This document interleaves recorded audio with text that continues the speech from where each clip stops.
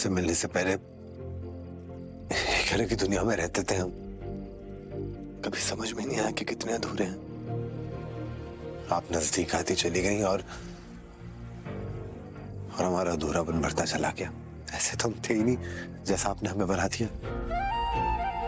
खुश तुम पहले भी रह लिया करते थे स्नेहा जी। कभी कोई फुटबॉल मैच जीत के या कभी कोई शौक का जिद पूरी करके हम रह लिया करते थे खुश। फिर बेवजह खुश रहने लगे। भी सोचा ही नहीं था कि किसी को सोच के इतनी खुशी मिल सकती है। आपके ढाबे के ब्रेड पकौड़े खा के खुशी मिल जाती है।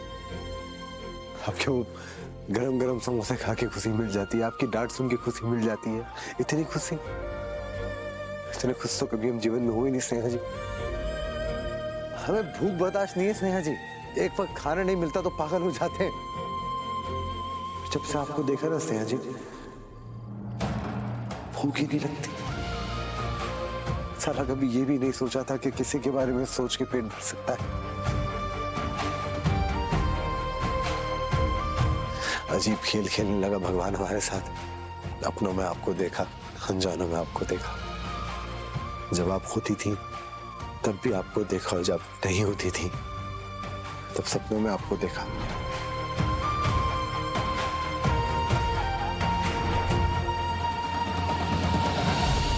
अजीब गरीब खेल खेलने लगा हमारा दिमाग हमारे साथ। इसने अजीब,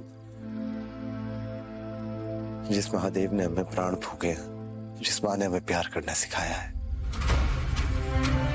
उन दोनों की कसम खा के कहते हैं कि सिद्धू इस जन्म में और आने वाले हर जन्म में अपना प्यार आपको समर्पित करता है।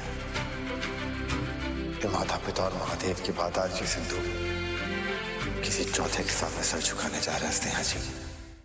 इस खेल के मैदान की कच्ची खिलाड़ी हो तुम, नई नई आई हो, लेकिन हम इस खेल के मैदान के ना धुरंधर हैं। अरे उड़ती चिड़िया का पर गिन लेते हैं। वो चिड़िया कहाँ पे बैठने वाली है वो हम देख लेते हैं, और चिड़िया को पकड़ के ना उसका पर कुतर देते हैं।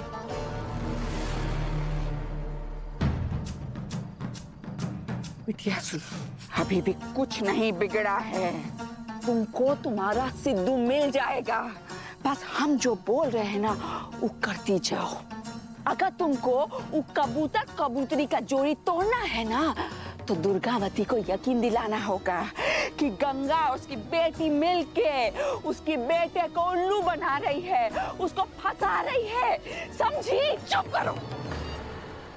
पिछली बार तुम्हारे कहने पर मैंने वो फोटो नहीं दिखाई थी।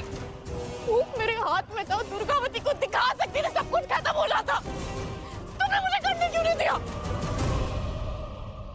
बिटिया, अगर तुमको यही सही लगता है ना तो अभी भी कुछ नहीं बिगड़ा है, समय नहीं निकला है। जाओ जाके बता दो, फिर छापड़ खा के आओगी, इस बात का गारंटी हम लेते हैं। अरे उस दुर्गावती के आंख में ना काला पट्टी चढ़ा हुआ है अपने बेटे पे अंधा विश्वास का, और उस पट्टी को ऐसे झटके से उतारने की कोशिश करोगी तो दुर्गावती का तीसरा नेत्र खुल जाएगा और उस नेत्र से ना तुमको भस्म कर देगी। अरे हम भुगत चुके हैं, हम ऐसे ही नहीं बोल रहे हैं तुमको।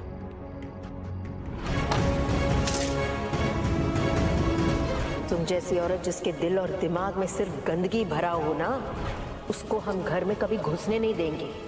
तो नौकरानी का बना कर ले आएंगे।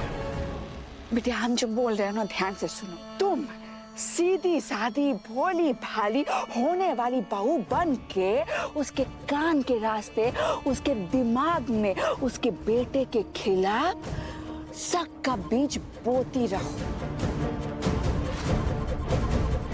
फिर दुर्गावती खुद अपने हाथ से अपना आंख का पट्टी उतारेगी और देखेगी कि उसका बेटा सिद्धू अपने माई को धोखा दे रहा है।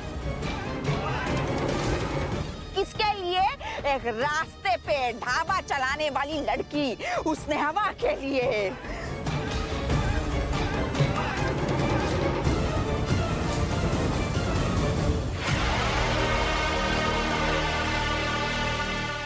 जो उसके बेटे को फांस के रखी है।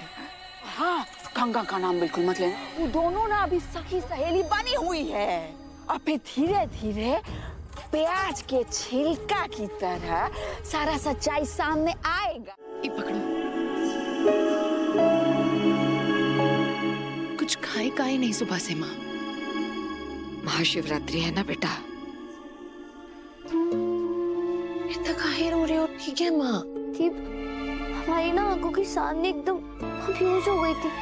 पता है, हमारी जान निकल गई थी। आप अगली बार बेहोश होगी ना, हमको बता कर होना। ठीक है, गलती हो गई हमसे, आगे से बता करके रहेंगे। वैसे सोनी जी की बात इतनी गलत है नहीं, मतलब आपको थोड़ा अपनी सेहत का ख्याल रखना तो चाहिए। अब तुम भी आ गए हो ना बेटा, अब हमको क्या ही होगा। अब जब आपने बेटा बुला ही दिया तो बेटे की बात भी मान लीजिए। और हम बता रहे हैं आपको, ये चिंता विंता करने से कुछ नहीं होता, उल्टा 4 बीमारियां बदन में घर कर जाती हैं। आपको परेशानी अगर है तो आप अपने बच्चों को बताइए, हमें बताइए, हम देख लेंगे। आप क्यों देखेंगे?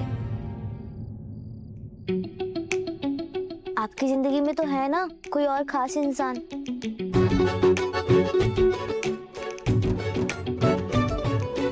आपको कहाँ टाइम मिलेगा हमारी माँ का ध्यान रखने का?